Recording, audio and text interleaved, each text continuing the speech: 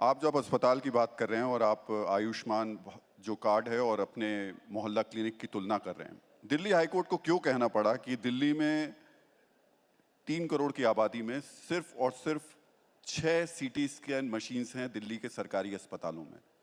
ये देश की राजधानी की स्थिति है। अब देखिए राहुल जी, सारी चीज़ें ज़रूरी नहीं है कि आपको खरीदनी हो।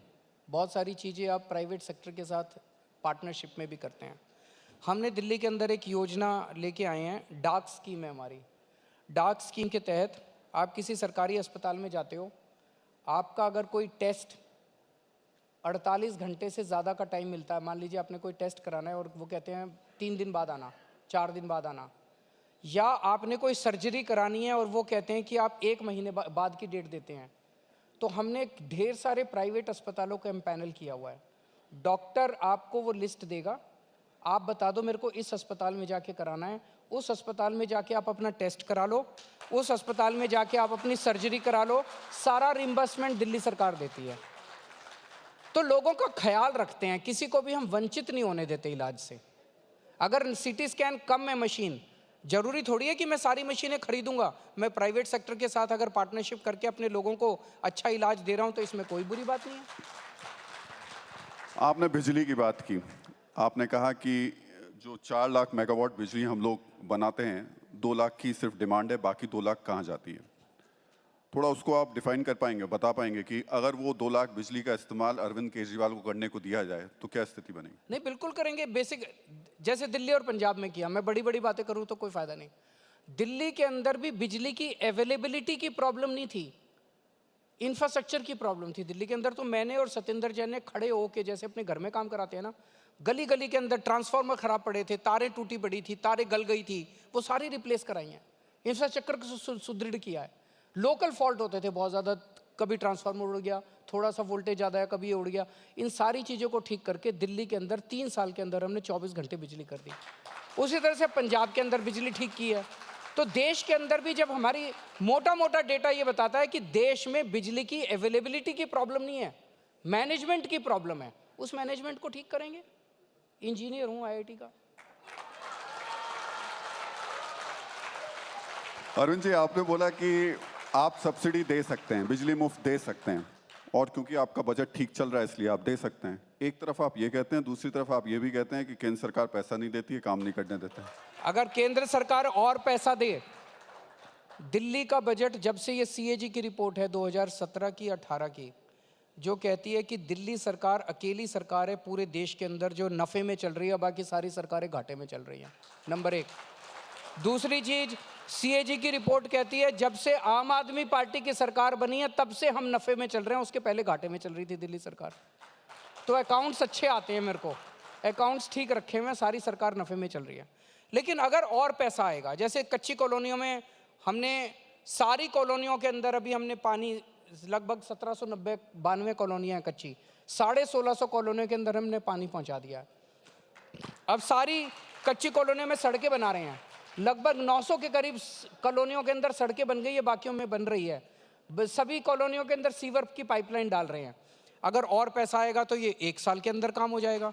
अगर कम पैसा आता है तो 2 साल लग जाते हैं, 3 साल। तो पैसा अगर आएगा तो इंफ्रास्ट्रक्चर पे खर्च हो सकता है, और पैसा आएगा तो पैसा तो आ अच्छा, रहा एक चीज बताइए, देश के अंदर बॉम्बे के बाद सेकंड नंबर पे सबसे ज्यादा इनकम टैक्स दिल्ली देती है, दिल्ली वाले देते हैं, आप लोग देते हैं सबसे ज्यादा इनकम टैक्स केंद्र सरकार को।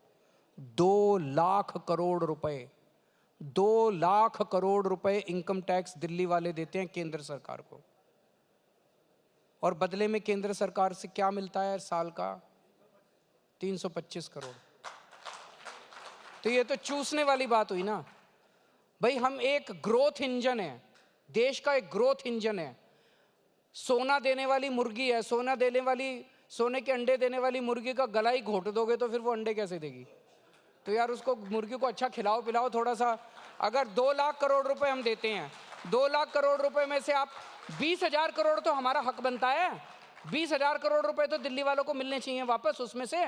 बाकी आप, देश गरीब है हम मानते हैं, बाकी आप पूरे देश में बांट दो। दिल्ली वालों को उसमें से 20,000 करोड़ तो देना बनता है। 325 करोड़ रुपए देते हैं। बताओ मैं क्या गलत मांगता हूं उनसे?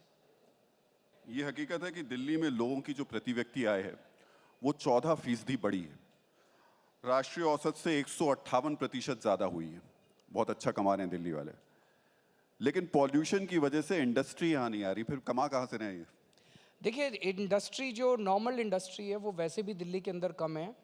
85% दिल्ली की इकोनॉमी जो है वो सर्विस इंडस्ट्री से चलती है।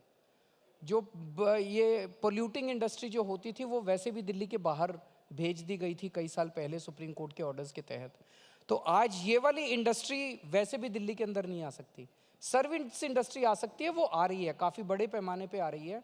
और जब से हमारी सरकार आई है, जो कि ईमानदार सरकार है, जिसके अंदर रेड टेपिज्म नहीं है, तो बहुत बड़े स्तर के ऊपर इकोनॉमिक एक्टिविटी, आपने खुद ही कहा कि प्रति व्यक्ति आय बढ़ रही है। प्रति व्यक्ति आय तो तभी बढ़ेगी ना जब इकोनॉमिक एक्टिविटीज़ बढ़ रही हैं दिल्ली के अंदर। और इकोनॉमिक एक्टिविटीज़ क्यों बढ़ रही हैं, उसका एक बेसिक सबसे सिंपल आसान तरीका समझाने का है। 2 काम किए हैं हमने। हमने एक आम आदमी के हाथ में पैसा दिया है। कैसे पैसा दिया है? उसकी बिजली मुफ्त कर दी, उसका पानी मुफ्त कर दिया, उसका बसों का किराया महिलाओं का मुफ्त कर दिया, उसका शिक्षा मुफ्त कर दी बच्चों की, उसका इलाज मुफ्त कर दिया। 5 बड़ी चीज़ें। अभी मैंने एक सर्वे कराया था कई वॉलंटियर्स को भेज के, कम से कम नहीं तो हर महीने 5 से 10 हज़ार रुपये महीना हर परिवार का बचने लगा है। अगर आपके हाथ में 10,000 रुपये महीना एक्स्ट्रा इनकम आएगी तो आप फिर उससे सामान खरीदोगे, बच्चों के लिए और सब्जी खरीदोगे, बच्चों के लिए खाने पीने की चीज़ें खरीदोगे, कपड़े खरीदोगे, घर का सामान खरीदोगे। इससे इकोनॉमी के अंदर डिमांड बढ़ती है, और जब इकोनॉमी में डिमांड बढ़ती है तभी इकोनॉमिक ग्रोथ होती है। दूसरा, हमने आने के बाद दिल्ली के अंदर मिनिमम वेज पहले 7,000 या 8,000 होता था, हमने आते ही 15,000 कर दिया, डबल कर दिया मिनिमम वेज। जब मजदूरों के हाथ में पैसा आएगा तो वो पैसा खर्चेगा मार्केट में जाके, और जब पैसा खर्चेगा तो डिमांड क्रिएट होती है और उसी से इकोनॉमिक ग्रोथ होती है।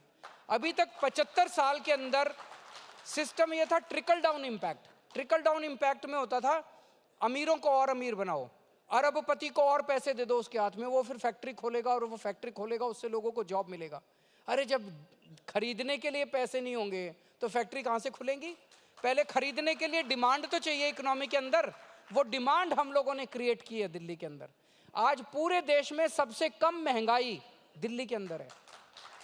क्यों? हमारी बिजली फ्री, पानी फ्री, बसों का किराया फ्री, शिक्षा फ्री, स्वास्थ्य फ्री।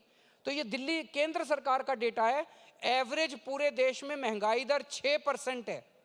उत्तर प्रदेश में, गुजरात में 7.5% है। दिल्ली के अंदर महंगाई दर 3% है, सबसे कम है देश के अंदर।